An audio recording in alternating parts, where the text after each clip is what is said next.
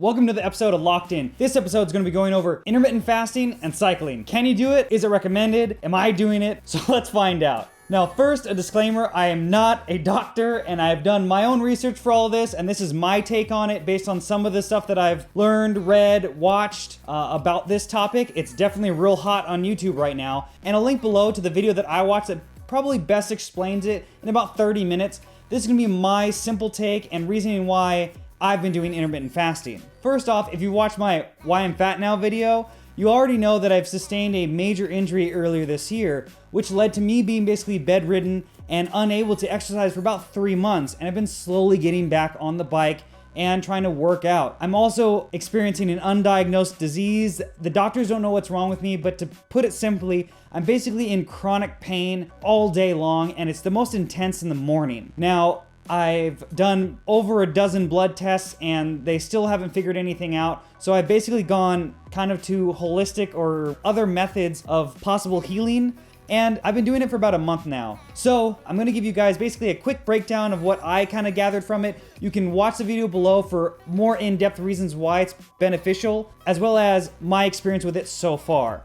Now, in a nutshell, intermittent fasting basically means you're fasting for 14 to 16 hours out of the day, and you have an 8-hour eating window. Now, I know that sounds crazy, but hear me out. Basically, what my day looks like is I usually eat between the hours of noon to 8, or 1 to 9, or 2 to 10. Then the remaining hours of the day, which I'm sleeping for half, I don't eat. All I consume is water. I can consume black coffee or sparkling water with no sugar or obviously any additives. Your body, when you sleep, it burns all your glycogen stores or your sugars and everything that's in your body because that's easy for your body to burn. And that's why you can sleep for 8 hours and not feel hungry. Now, in the morning, what happens is the reason why you intermittent fast is because your body actually is forced to use its fat stores as energy and as fuel. Think of it like this, and this was the best analogy that I heard, is your sugar stores in your body are kind of like cash in your wallet, and your fat stores are like money in the bank. Just like when you go to the store, you're gonna use the money in your wallet because it's easy and convenient. Only when you're completely out of cash do you go to the bank and refill.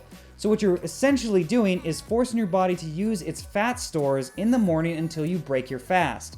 This allows your body to burn your excess fat as fuel, just like we had to do back in the day, and your brain actually functions better on the ketones that your fat produces. This allows you to efficiently run in the morning off of pretty much nothing because you have, at least for me, a lot of excess fat in your body that it's allowed to burn. And there are some things that you need to be sensitive to, which I'll go into next. Exercising in the fasted state is a mixed bag. I've had different experiences with it, but basically what they recommend is not to do anything real high intensity and for not a long duration. Now, you've probably seen plenty of losing weight while cycling videos, and a lot of them even say, do an hour ride in the morning fasted, meaning you haven't had breakfast yet. You want to keep it to a moderate pace because you obviously don't want to potentially pass out, and that induces a lot of fat burn. Basically, this is that same mantra, it's just you're extending it a few extra hours to really ramp up the fat burning process in your body. Now, for me, I've been doing this for about 4 weeks now. It's definitely really difficult the first week. After that, it's pretty easy. For anybody who works in an office environment or anything like that, it's really actually easy because you can sleep in longer. You don't have to worry about making breakfast. All you have to worry about is having enough water with you. Now, sparkling water, I definitely like. It kind of fills you up a little bit extra because of the carbonation. You feel fuller. I usually have a cup of coffee around 10:30, black, no sugar. That kind of curbs your appetite and then kind of gets you through any mild slump in energy that you might be feeling. And then I'll, like I said, eat starting at noon. Now, you obviously still want to eat healthy in your fasted time frame, and it's ideal to exercise right before you break your fast, but that's not really practical for a lot of people. And since I work an 8 to 5 job, I can't exercise in the midday, but I've actually been experiencing some of the benefits they talk about. The main one is your body produces excess growth hormone during its fasted state, which it uses to rebuild muscles, and that's why they're really stressed that you sleep a lot when you're exercising because your body needs to heal. When your body's in its fasted state, it produces a lot more growth hormone that's supposed to help the healing process, recovery process, things like that. Especially for me in the morning, I experience a lot of chronic pain. It's actually started to curb some of that. Now, it's not gone away, but it's definitely taken the edge off where some mornings it takes me a long time to get out of bed. And this definitely helps. I'm not saying this is an end-all solution, and we'll see how this goes, and I'll definitely report to you guys later on. But if you are considering this, especially for cyclists, I would definitely recommend, if you're gonna ride in the morning in your fasted state, do a mild pace. Zone 2, zone 3, mild heart rate.